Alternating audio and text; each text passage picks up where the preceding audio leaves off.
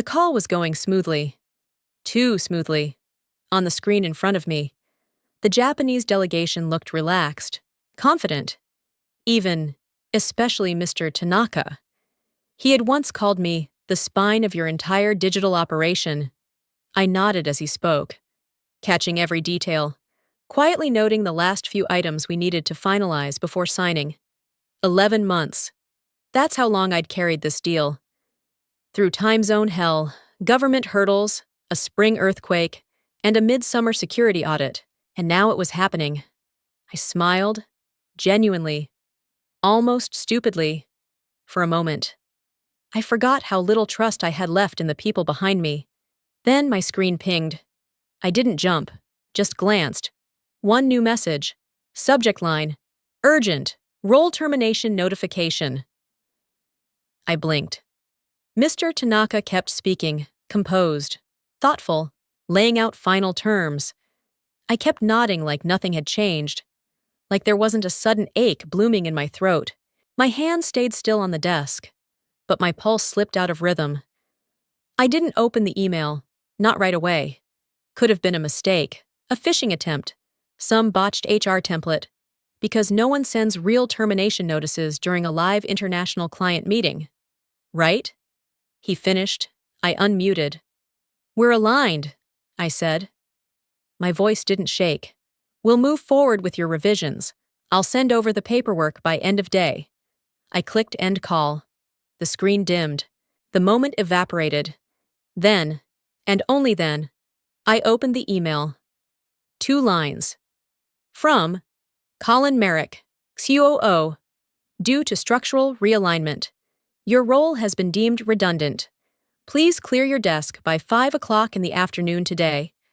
Final compensation will be deposited within 14 business days. No explanation, no signature, just a gentle, sanitized severing of a woman who'd carried the company's infrastructure for almost a decade. I stared at it. No words formed in my head. No reaction, just silence. That heavy, humming kind that comes before something breaks. Redundant. I said it out loud, not angry, not confused, just testing the shape of the word in the air. It didn't even sound real, outside my window. The city was still spinning, cars moving, people walking, glass buildings catching morning light. Everything looked normal, except everything had changed. I didn't cry. I didn't scream. I just sat there, hands calm in my lap. The warmth from the laptop fading into cold plastic. Then I stood. Slowly. Took my coat. Reached for the 1922 fountain pen from my grandfather. The photo of my son when he was 5. And the pawn-shaped paperweight that had sat on my desk since the first day I earned the title Chief Architect. I left everything else behind. The awards, the plaques, the legacy they claimed to honor. Because I already knew. They weren't just letting go of me. They were letting go of the only person holding the whole damn system together. I didn't go to my car. Not yet. Instead, I walked past the elevators, down the hallway, and into the women's restroom on the 21st floor, the one nobody ever used because it was half hidden behind the old server closet. The motion sensor lights flickered on with a click. The mirror didn't lie. I looked polished, lipstick still intact, blouse sharp from that morning's steam press, my hair tucked neatly behind one ear. On the outside, I looked like someone who just closed an 8-figure contract, not like someone who'd just been erased from her own infrastructure. I stepped closer, no cracks in the reflection, but something inside had already started to splinter. I didn't cry. There was no point. I didn't scream. That would have felt theatric, instead. I pulled out my phone. My hands moved on their own, calm, practiced. I opened the encrypted folder, buried 5 layers deep behind a row of innocuous travel receipts. The folder was named Sentinel Loop, something no one at Neuralvest knew existed. I tapped once. No confirmation screen. No warning. A progress wheel spun silently. Nothing dramatic. No crashing sounds. Just a quiet instruction slipping through the veins of a system they thought they owned. It was already embedded in every layer of code I'd touched since 2019. A shadow protocol. Invisible unless you knew the pulse pattern. Sentinel loop wasn't revenge. It was a safeguard. One I'd built not out of bitterness, but out of memory. Because I'd been here before. Not here, but somewhere like it. 12 years ago. I'd raised my voice. It was back at Kestrel Data Solutions, just after a major breach that left half our internal files exposed. Our CTO tried to scapegoat the junior developers for the weak encryption, kids who'd been given impossible deadlines and zero support. I stood up in the Monday town hall, called it what it was. A leadership failure. Said it.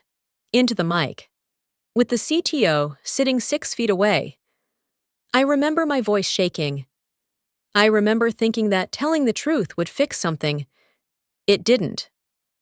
By Friday, I was reassigned to a satellite office 2 states away. No official demotion, just disappearance.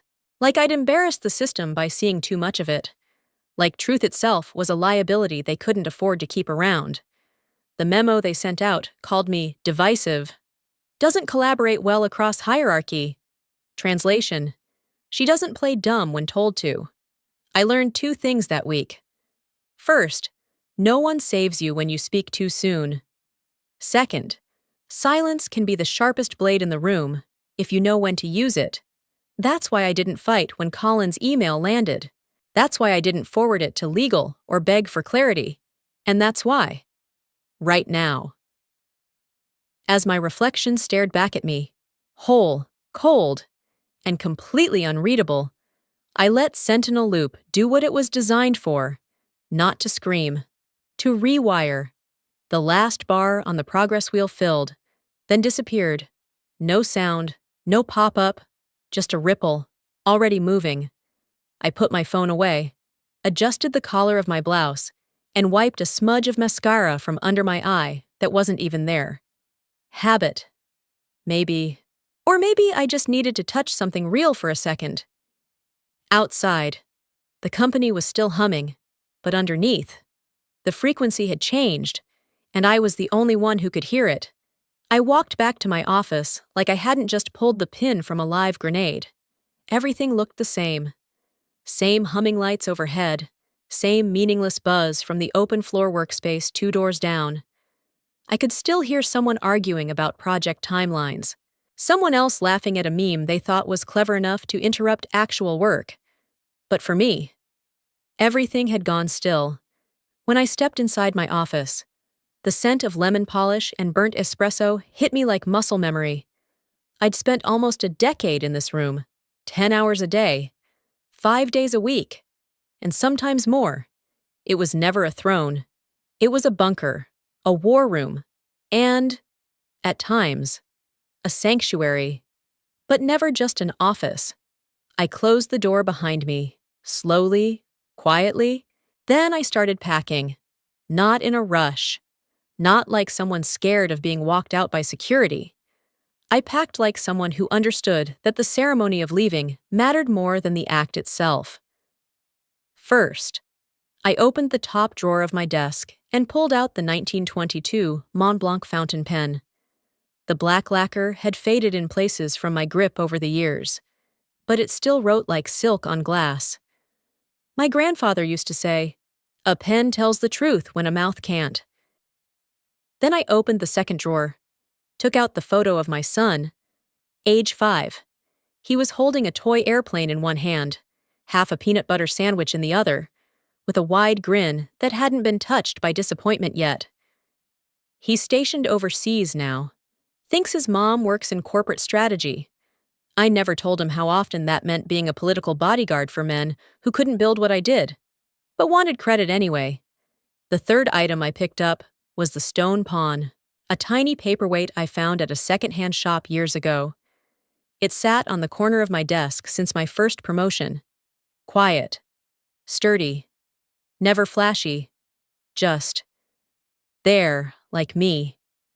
That pawn had seen things, the betrayals, the absurd all-hands meetings, the nights I'd stayed past midnight, rewriting failed deployment schedules with one eye on the burn chart and the other on Slack, waiting for people too junior or too tired to ask for help. I held it in my palm and felt its weight. It was heavier than it looked.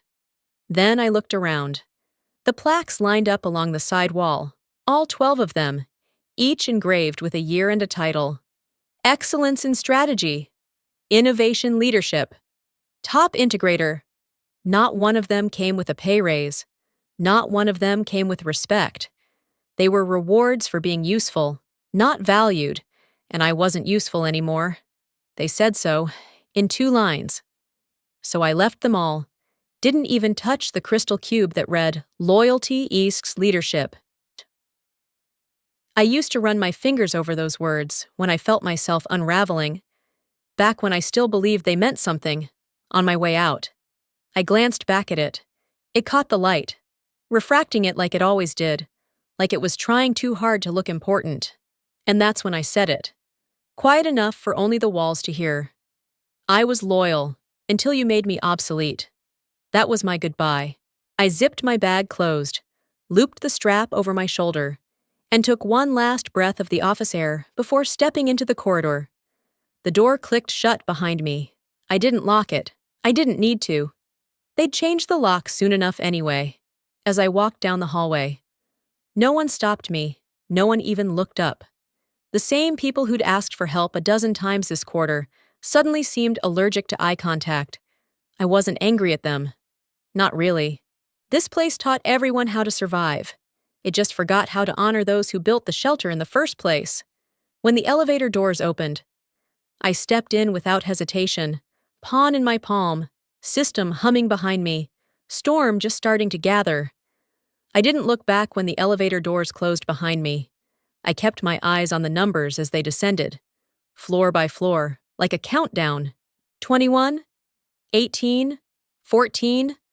By the time I hit the lobby, something had already shifted.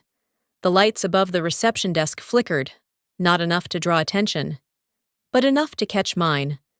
The lobby screen, which usually played some meaningless loop of stock performance and executive quotes, flashed a blue error bar for half a second before resetting. It had started. I walked through security like I had every other morning, gave a small nod to Thomas at the front desk. He nodded back, oblivious. As I stepped outside into the warm afternoon air, I felt it. Not relief, not satisfaction, just awareness. Like standing on the shoreline before a tsunami you know they don't see coming. I wasn't angry. I wasn't even smug. I was still. That stillness didn't last long. Halfway down the block, I got a text from Lena. Something's up. Floor 12 servers lagging. Dashboard frozen. 1 minute later, a second message. Slack auto-kicked everyone. And, is it weird the espresso machine just shut off? I didn't reply. She didn't need me to. Because she knew. I kept walking. The wind picked up behind me. I couldn't tell if it was real or just the way tension moves when the center starts to shift. Back inside Neuralvest. The technical floor was descending into quiet chaos. Screens froze. Dashboards blinked out. API links failed to load. At first, they thought it was a bandwidth issue. Then someone tried rebooting the analytics server on floor 12, and the control panel returned nothing but a blinking red slash. Drive wouldn't load. Jira returned blank. SAP refused logins. Even the machine in the executive lounge, the $12,000 automated espresso bar Colin insisted on importing from Italy, shut down mid-foam. And still, no alarms, just flickers, glitches, a slow, silent suffocation. They didn't even know they were choking yet, until Colin stormed into what had been my office. He wasn't even subtle. I heard from Lena later that his loafers actually squeaked on the tile as he ran. Red in the face, tie askew, holding his phone like it might bite him. I'd barely made it to the next block when I got the call. I didn't answer, but I imagined it perfectly. He burst into the empty room, expecting to find me there. maybe waiting for an explanation, maybe for an apology. What he found instead was an empty chair, an open drawer, and the absence of control. Lena told me he stood there for a full 10 seconds, stunned, before turning to her in the hallway and barking, "What the hell did she do?" She didn't answer. She just stepped aside. He stomped back out, shouting about backups, demanding logs, trying to find someone, anyone, to blame. And I wasn't there to see it. But I wish I had been. Because if I were, I would have reached into my pocket, pulled out the tiny stone pawn still warm in my hand, and said it to his face. "You removed a pawn. Pity it was the one holding your board together." Instead, I just slipped the pawn back into my pocket, took a deep breath, and smiled. Not because I wanted revenge, because I wanted silence. And he had filled the last few years with nothing but noise. The system wasn't crashing, not yet. It was reconfiguring, cell by cell, nerve by nerve. They didn't know it, but every button they pushed now was connected to me, not directly, not traceably, but intimately. Their infrastructure was no longer theirs. It was mine, and it had only just begun to flicker. I didn't go far. After 2 blocks, I slowed down. There was a small plaza tucked behind an old courthouse building. Nothing fancy. A few benches. Some planters that hadn't been watered properly in weeks. It was quiet, tucked away from the traffic and the panic that was surely beginning to pulse inside Neural Vest, like a fever breaking through the skin. I sat down under a crooked shade tree and let the silence wrap around me. My phone buzzed. Lena. Not a text, not a call, just a notification. Shared folder activity. Mirror Watch Sync initialized. That wasn't part of her job, not technically, but she knew where to look.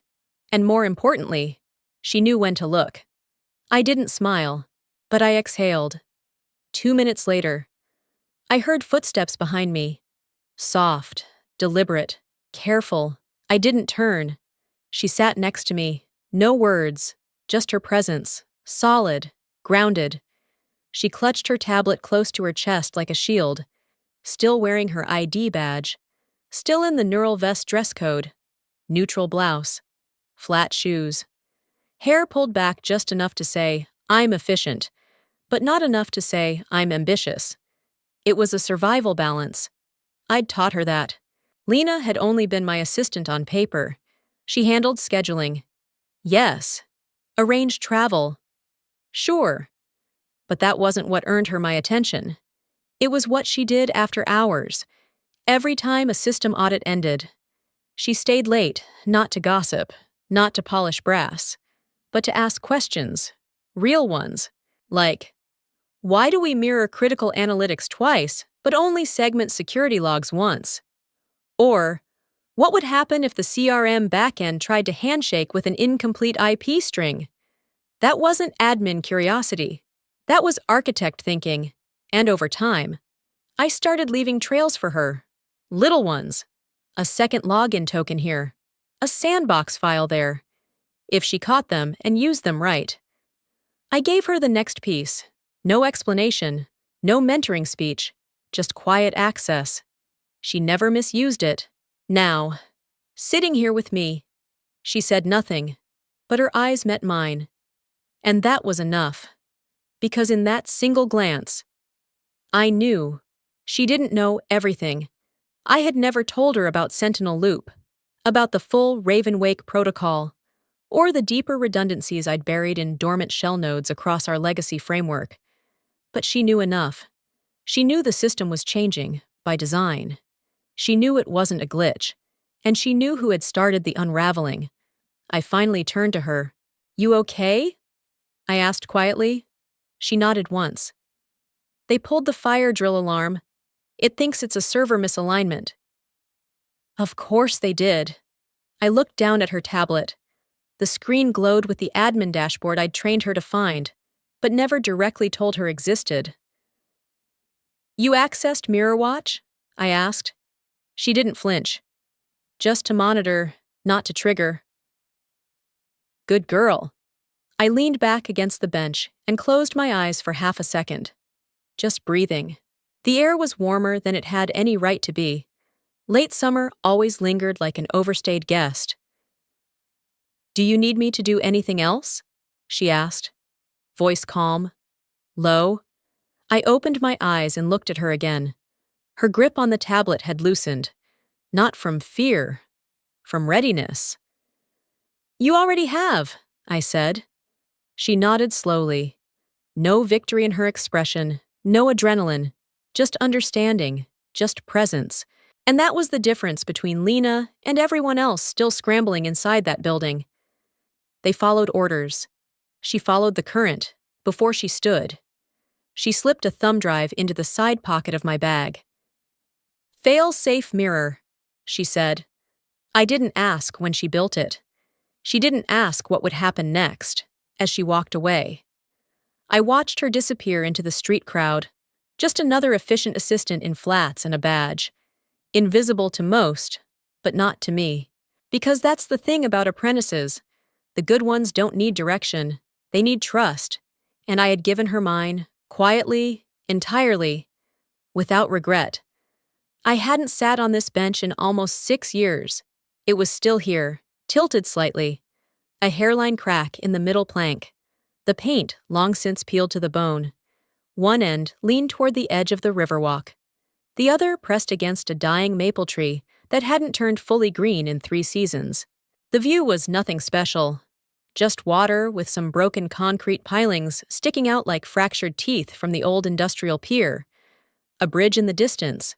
Faint sound of city buses. Seagulls somewhere, half-hearted. But this was the bench I came to after that day. The day they demoted me for strategic realignment the first time. Different company, different man in the suit. Same brand of cowardice. I remember sitting here in a fog of numbness. The taste of shame so thick in my mouth I couldn't swallow. I didn't eat for 2 days. Just sat and watched the river pretend it wasn't full of rust. Something about the honesty of it, the way it didn't care if it looked clean or graceful, made me feel less alone. That bench didn't save me, but it didn't abandon me, either. So I came back. And this time, I wasn't broken. I was building. I leaned back and closed my eyes, felt the weight of the pawn still in my pocket. I hadn't let go of it since I walked out. Not because I needed a symbol, but because some part of me had already made the decision. If this was the end of one system, it would also be the blueprint for another. My phone buzzed. Blocked number. I stared at the screen for a second, then answered without speaking. There was a pause, exactly 4 seconds long. Then a voice, German accented, female, precise. "Protocol activated?" I took a breath. Not deep, just deliberate. "Yes," I said. Contained, but not gentle. Another pause. Shorter this time. "Are you visible?" "Not yet." "Are you traceable?" "Only if I want to be." She didn't ask for details. She didn't need to. I hadn't heard that voice in nearly a decade. We worked together during an incident in 2016, one involving a government firewall breach that was never publicly disclosed. We weren't allies. We weren't friends. We were mutually beneficial ghosts. "See, if they escalate," she said, "you'll need to consider extraction." I looked out over the water. The wind was starting to pick up, bringing the scent of algae and steel. "They already escalated," I said. "They just don't know it yet." She hesitated. "You understand what's at stake if they push this into arbitration?" "They won't." "How can you be sure?" I closed my eyes again. The sound of the wind in the trees above me had shifted. It wasn't a breeze anymore. It was something heavier, more like breath. "Because they think they're chasing an employee," I said. "Not an architect." She let that settle. Then, for the first time in our history, she softened. "Do you have a new name?" "Umbra." A pause. Then the sound of paper, like she was noting it down. "If they come to us, we won't confirm." "You never have." And that was it. No goodbye. Just the call ending with the silence of two people who understood the rules too well to pretend anything more needed to be said. I slid the phone back into my coat pocket and leaned forward, elbows on knees, staring down at the cracks in the walkway. A beetle crawled between two blades of grass, pushing through the concrete. It moved like it had somewhere to be. I reached into my bag, pulled out Lena's thumb drive, and rolled it between my fingers. Smooth edges, no label, just a clean slate full of mirrored protocols, fallback triggers, and one executable file named Cinderlock. I hadn't opened it yet. Not even I knew what she'd built into it. But I trusted her, and that was the shift. This wasn't just my revenge anymore. It wasn't even just about Neural Vest. It was bigger, more systemic, a quiet revolution, wrapped in code and misdirection, passed from woman to woman like a whisper in the dark, a leak-proof transition, a firewall made of trust, a kingdom no one saw being built because we weren't using bricks. We were using shadows. As I stood, the sun dipped lower behind the clouds. A chill crept in, not from fear, but anticipation. The ripple had begun, and I was done sitting still. It didn't start with anger. It started with observation. 4 years ago, I saw the first signal, small, easily missable, a change in the reporting structure, not announced, not explained, just executed. I was pulled out of decision flow on 2 core projects. Without consultation, Colin, freshly promoted to COO, told me it was just streamlining. I let it go. 2 months later, my budget got slashed by 12%. No warning, no metrics. The finance team dodged my emails until I cornered someone in a stairwell and asked if this was a mistake. He stammered something about resource reallocation. I didn't argue. I watched. Then came the replacements. People with smiles too big for their experience levels. One was a former consultant Colin had worked with on a failed blockchain venture. Another came from a tech incubator that burned through 3 CEOs in a single year. Neither had infrastructure background, but both had the same trait. They obeyed.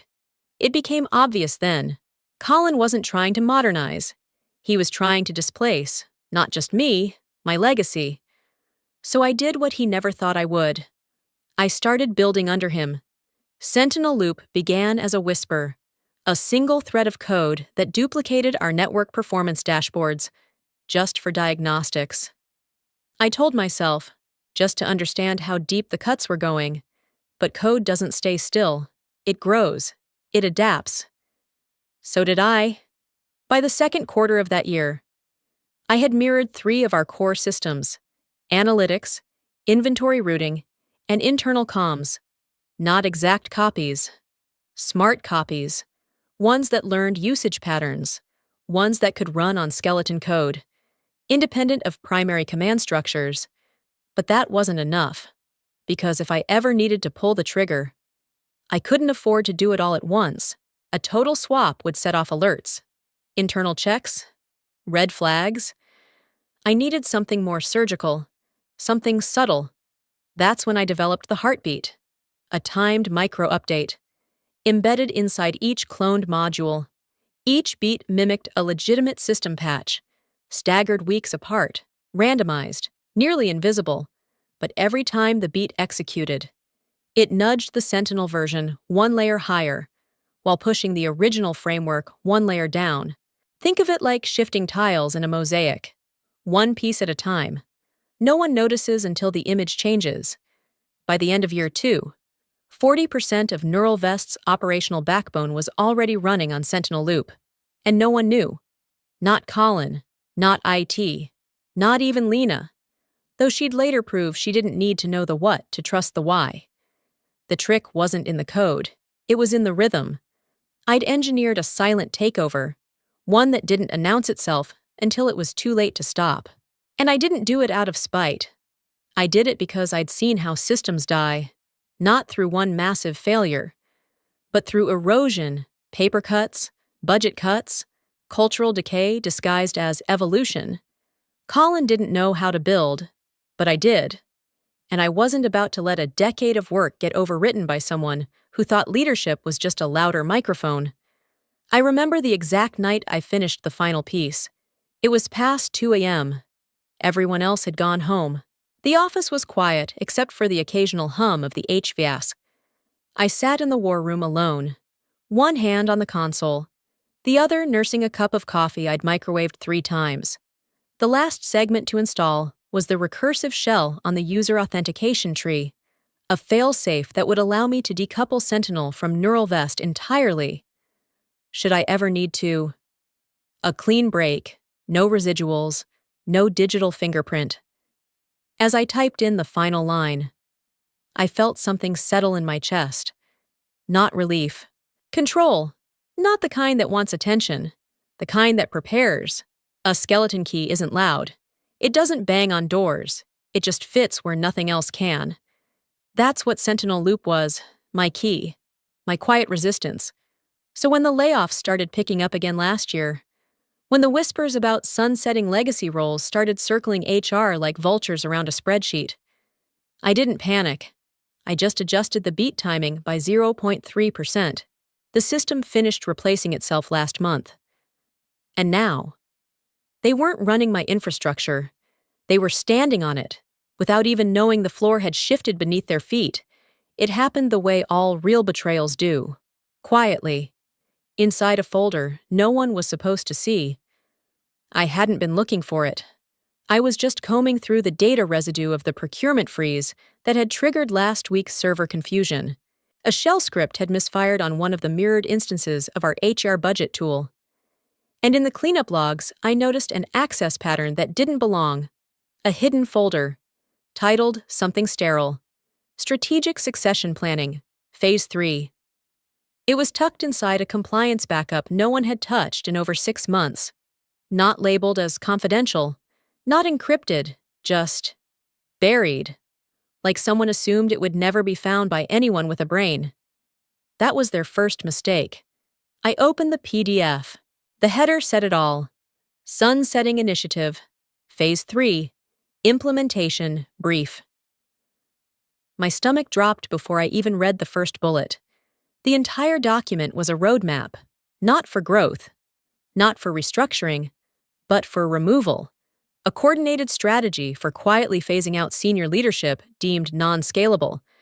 And by non-scalable, they meant women. Specifically, women over the age of 45. I scrolled. There were graphs. God! They used graphs, breaking down attrition targets by quarter. Names weren't listed, but roles were, and I recognized every single one. Heads of risk, compliance, architecture, data policy, all women, all long-tenured, all highly compensated, all disposable. Apparently, I didn't breathe until page 6. That's where it was. A note in the margin. Informal. Probably never meant to be seen outside the inner circle. They're candles from a past era, it read. Let's blow them out while the lights are still on. At the bottom, CM, Colin Merrick. I didn't scream, didn't smash the keyboard or punch the desk. I just sat there, jaw locked, pulse in my throat. I'd known. Of course, not the scope, not the strategy, but the intention. The signs had been there for years. Quiet cuts, reassigned projects, promotions bypassed in favor of shinier, hungrier men with slicker hair and thinner resumes. But seeing it this clearly, this coldly laid out, it wasn't just personal anymore. It was generational. And the language, sunsetting. As if our knowledge had an expiration date. As if experience itself was now a liability. They'd wrapped misogyny in a vocabulary of innovation and thought we wouldn't notice. But I noticed, and I would remember. I downloaded the file, encrypted it with a SHA-256 layer, and packed it inside a stealth backup node hosted out of Estonia. One of the dead startup servers I'd quietly purchased in 2018, back when I still believed in redundancy as a virtue. Not a weapon. Once it uploaded, I deleted all local traces, the original log access, the cache, even the link trail that led me there. But I didn't delete the feeling. That stayed. Because I knew now. This wasn't a misunderstanding. This wasn't politics or misaligned KPIs or poor communication. This was a purge, strategic, deliberate, systemic. And I wasn't the only target, just the first to be cleanly removed. Colin wasn't just coming for me. He was coming for all of us, the women who had built the digital spine of this company, who had protected it through acquisitions, bad leadership cycles, and platform collapses. The ones who didn't brag, didn't posture. We just worked. And apparently, that made us expendable. I thought about Renee in compliance, about Lila in data ops, about the quiet email I'd received 3 months ago from Marta in vendor relations, asking if I'd heard any rumors about a shift. At the time, I hadn't known how to answer. Now, I did. I leaned back in my chair and stared at the ceiling. The tiles were the same standard drop-in units used in every corporate building since the 90s, probably hadn't been cleaned in years. Above them ran a network of ducts, sensors, and cables, dozens of systems, quietly humming, keeping the building alive. Most people never looked up. Most people never thought to ask what was above them, around them, underneath them. That was Colin's second mistake, because while he was busy sunsetting voices, I was building new frequencies, louder, sharper, undefinable, and I wasn't done, not by a long shot. I sat in the corner booth of a hotel lounge 5 blocks from Neuralvest's headquarters. Same table I used during quarterly audits, back when I still believed meetings were the way to solve problems. My laptop was open, angled just enough to be discreet. A soft instrumental soundtrack played over the speakers, barely masking the rising voices of a panicked finance team 2 tables over. They didn't work for us. Just a coincidence. But their anxiety felt like a fitting backdrop. On my screen was a live diagnostic panel, not Neuralvest's. Mine. Sentinel loop was running at 92% capacity. The heartbeat pulses I'd set in motion 4 years ago were now orchestrating a masterpiece of misdirection. Earlier that morning, Colin must have realized his infrastructure was misfiring. That's when the real fun began. I watched as the internal IT team initiated a cascade reboot. To them, everything looked normal. All the lights turned green. The analytics module pinged positive. API relays responded on schedule. Drive mounts remounted. Slack even chimed twice, like it had just remembered how to exist. Except none of it was real, because what they were rebooting wasn't the system. It was the copy. Sentinel Loop didn't just replace their tools, it replaced their perception of function. Every status bar was simulated. Every success ping was a decoy, a beautifully crafted mirage I'd spent years perfecting. They thought they were recovering, but what they were actually doing was plugging themselves deeper into a sandbox, an enclosed mirror that looked, felt, and even responded like the original framework. Only difference? Everything they touched now was feeding them garbage, and I watched it happen in real time. The first hiccup came 20 minutes into their recovery. A junior systems engineer, Thomas, I think, flagged a delay in the CRM load. He rebooted it manually. The dashboard came up, clean, fast, fully integrated. Everything showed green. That's when I leaned forward, because I knew something he didn't. The data layer underneath had already been gutted. There were no live records, no active contracts, no invoice chains, just rows of placeholder text and dummy values I'd seeded months ago. Client 001, archived under legacy ping records. Invoice PDF field, null across all parameters. It looked full. It was empty. He clicked into the customer pipeline. The page loaded smoothly. Too smoothly. That's when he hesitated. Because even he could tell. Something felt off. The sales cycle dates didn't align. The contract stages were outdated. The timestamps showed activity, but the audit logs showed silence. I could practically hear the gears grinding in his head, and the panic rising just behind his eyes. I refreshed my feed. On my end. The echo wall lit up, dozens of cloned queries bouncing back dead data, designed to simulate noise, but never output signal. They weren't fixing the system. They were dancing with its ghost. And Colin? He was still holding meetings, still drafting press statements, still telling the board it was a temporary disruption. I knew because I'd intercepted his internal comms loop. Even that had been routed through Sentinel since last quarter. He had no idea. He was so sure he'd buried me under a label, redundant, that he never once questioned whether the bones of the machine he inherited still belonged to me. And now, he was feeding those bones coffee and aspirin, thinking it would fix a fracture. I closed the laptop slowly, savoring the silence between status updates. This wasn't revenge anymore. It was a lesson. In arrogance, in ignorance, in the dangers of assuming the person you erased didn't leave traps behind. I paid my tab, stood up, slipped the pawn from my pocket, and tapped it once on the marble tabletop before sliding it back. Because while they were hunting a problem, I'd already become the solution they could never control. It came at 8:01 in the evening, almost to the second. I was back in my apartment, lights dimmed, shoes off, glass of still water beside me. The pawn sat on the coffee table. Next to my laptop, I wasn't even working, just watching the last traces of the system choke on its own illusion. Then came the encrypted ping, a string of kanji in the subject line. Sender, the secondary relay address we'd used during the 2021 typhoon disruptions in Japan. When all other channels had failed, inside was a single sentence, stripped of pleasantries or qualifiers. System handshake broken. Still interested in collaboration? No logo, no formatting, just precision. My hands hovered over the keyboard. Still for a moment. This wasn't just a contract renewal. This was an invitation, an acknowledgement that they knew, not suspected, knew, who had held the system together all along, that it wasn't the company, or the logo, or the chain of command.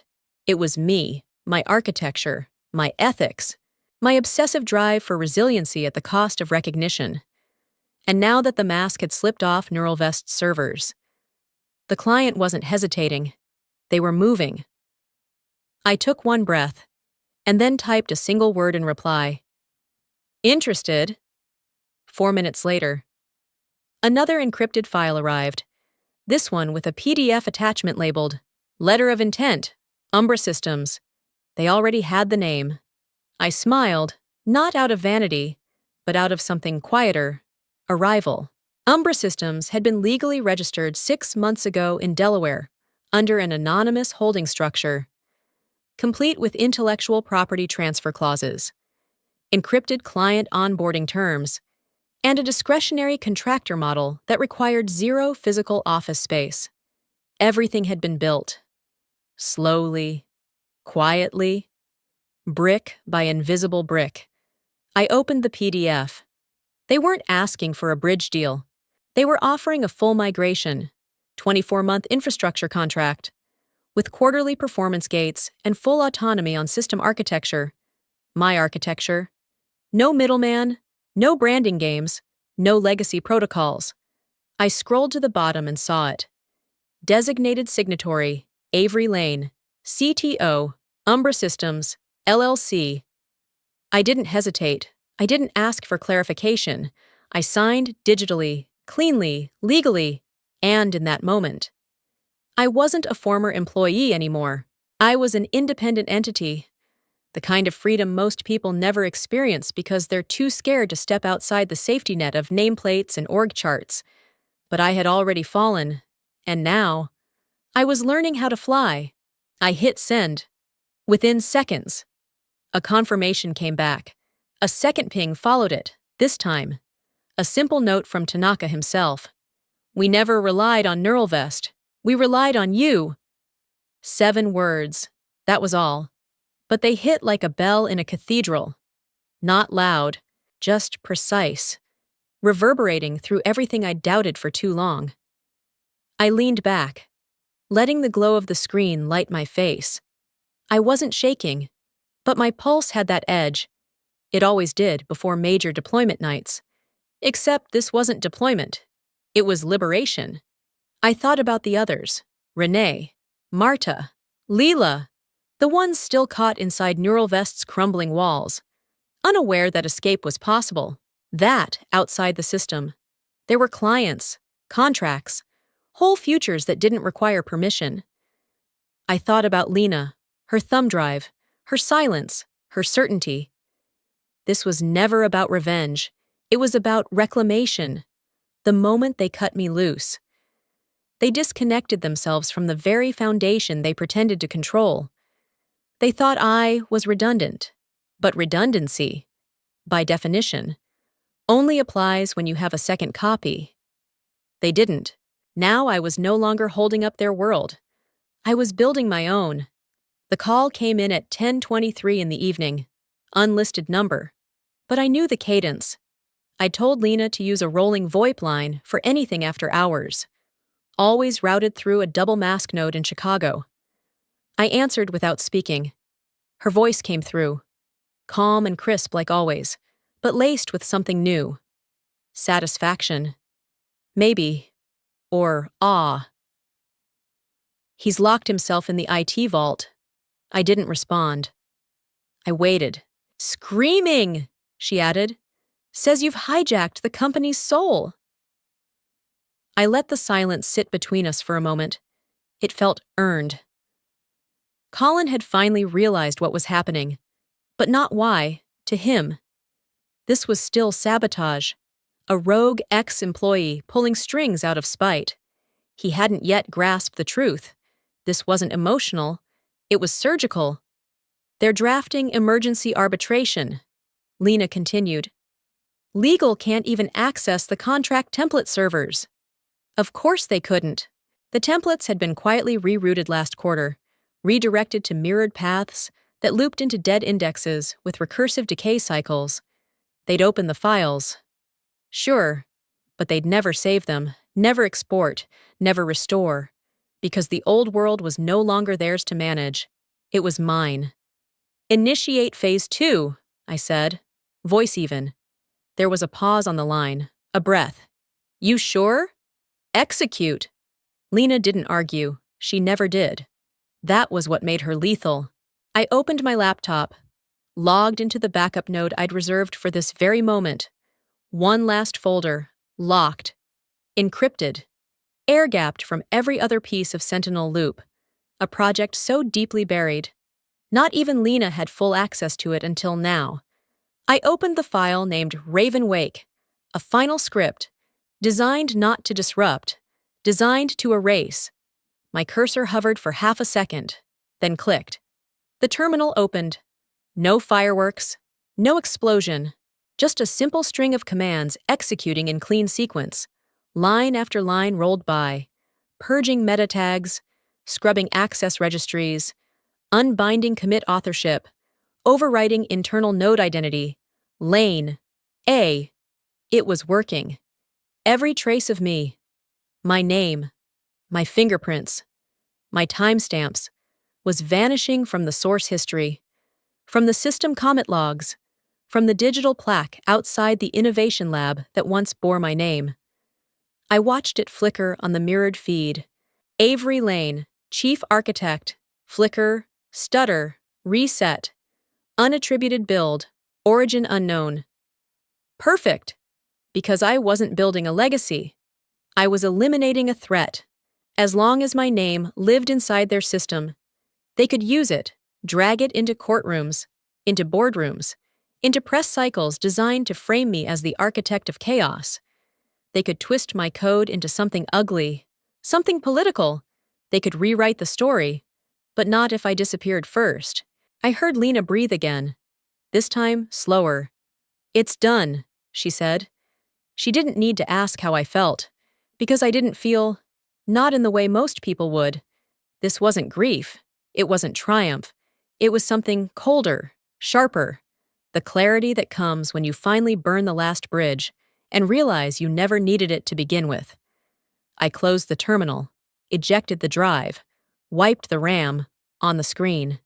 The Sentinel Loop dashboard was clean, functional, authorship scrubbed, dependencies severed, the final detachment complete.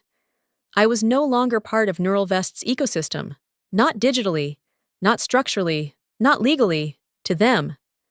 I was just gone. And in that erasure, I'd found something even more powerful than vengeance, freedom, outside.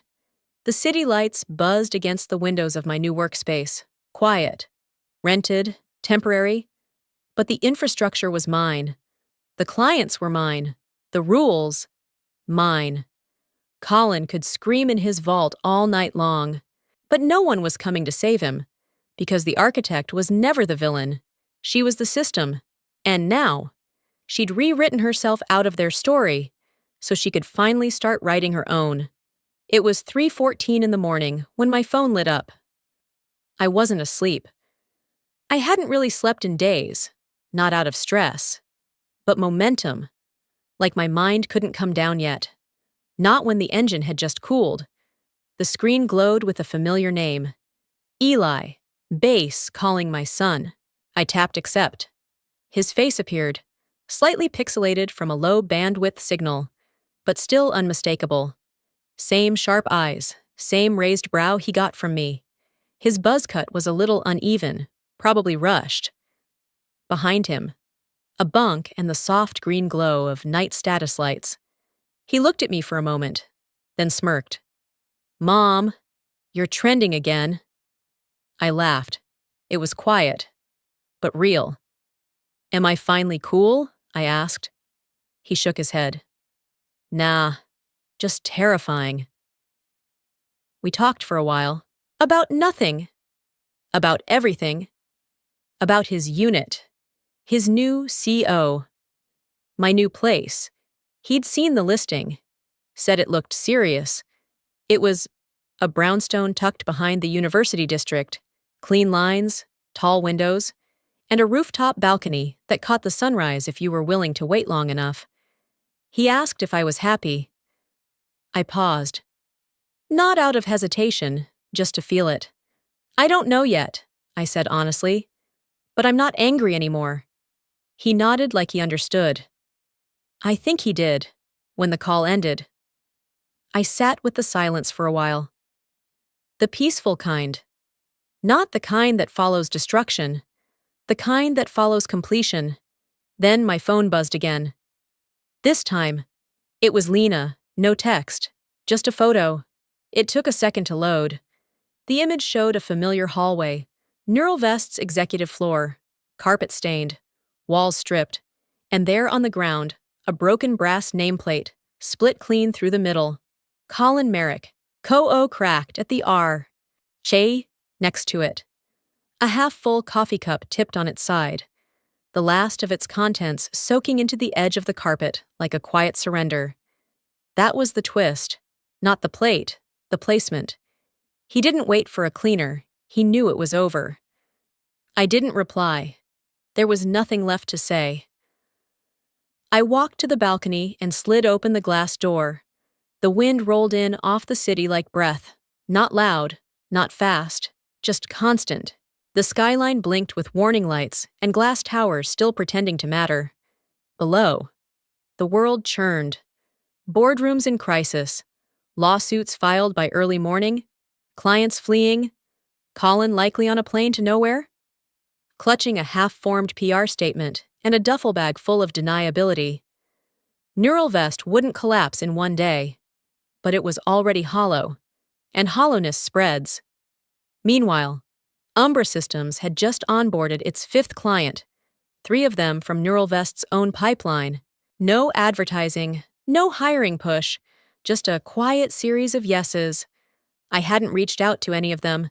They came to me, because when the storm finally broke, they didn't follow the brand. They followed the woman who had built the foundation in silence. I stood at the edge of the balcony and looked out over the city. No headlines, no speeches, no victory dance, just me. The woman they called redundant, the pawn they overlooked, the system they never understood. And now I wasn't just part of the board. I was the board, lying low, moving quiet, holding the final line without ever raising my voice. They tried to delete me, but you can't delete what was never fully visible to begin with. I didn't move, didn't flinch. I simply breathed, loud enough to know I was alive, soft enough that no one could hear the storm returning underneath. Because I wasn't the victim. I wasn't even the revenge. I was the rewrite, lying still like water, deep like code, and strong like a storm no one sees coming, until it's already taken everything.